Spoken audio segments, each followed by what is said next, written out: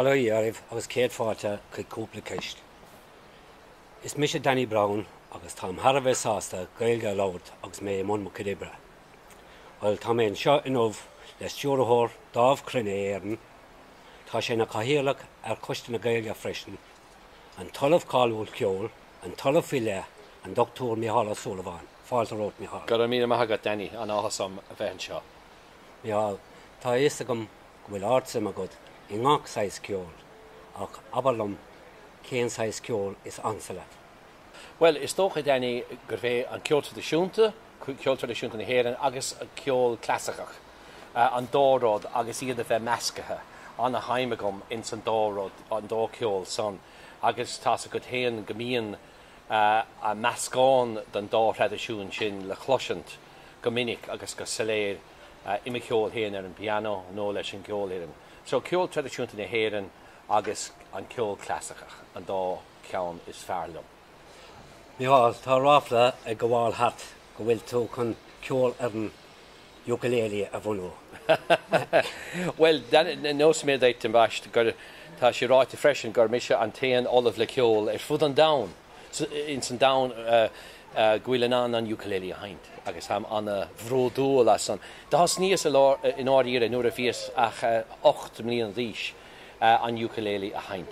Agus tá sé cosúla gitar beag dar nói, agus tá sé anéasca leanúnta raig ar an gitar in dhéag san rudí dhéanas. Agus cíam go bhfuil in áíre go bhfuil feisiún na teachtasteach fi láthir leis an ukulele a úsáid a ríist. Agus tá seansáin gur uirlis anna himúil chudé a chur I láimh micléin sa scoil, mar is féidir leit na chords a bheith go, digan tú, tá sé simplí golóir.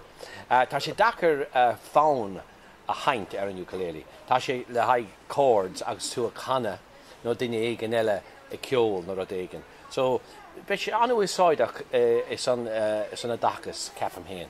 Chumíon mágad. Micheál, ceist damnach.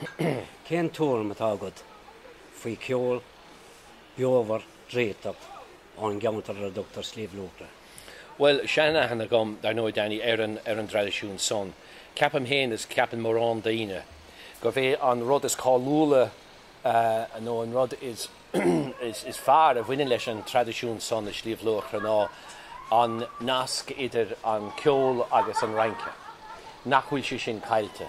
Mar de cail mórán áiteine ar fud na tíre an ceangal son. Tas go héan fiúáin san látha nóbháin I Sliabh Luachra gní bhuiile agus a le héad. Go bhfuil sé anna commonta, anna catíanta bhíon na sets a rancecha agus an ceol a haint gus na sets son. Agus was rud go bhfuil an lift agus an rihim in san ranke.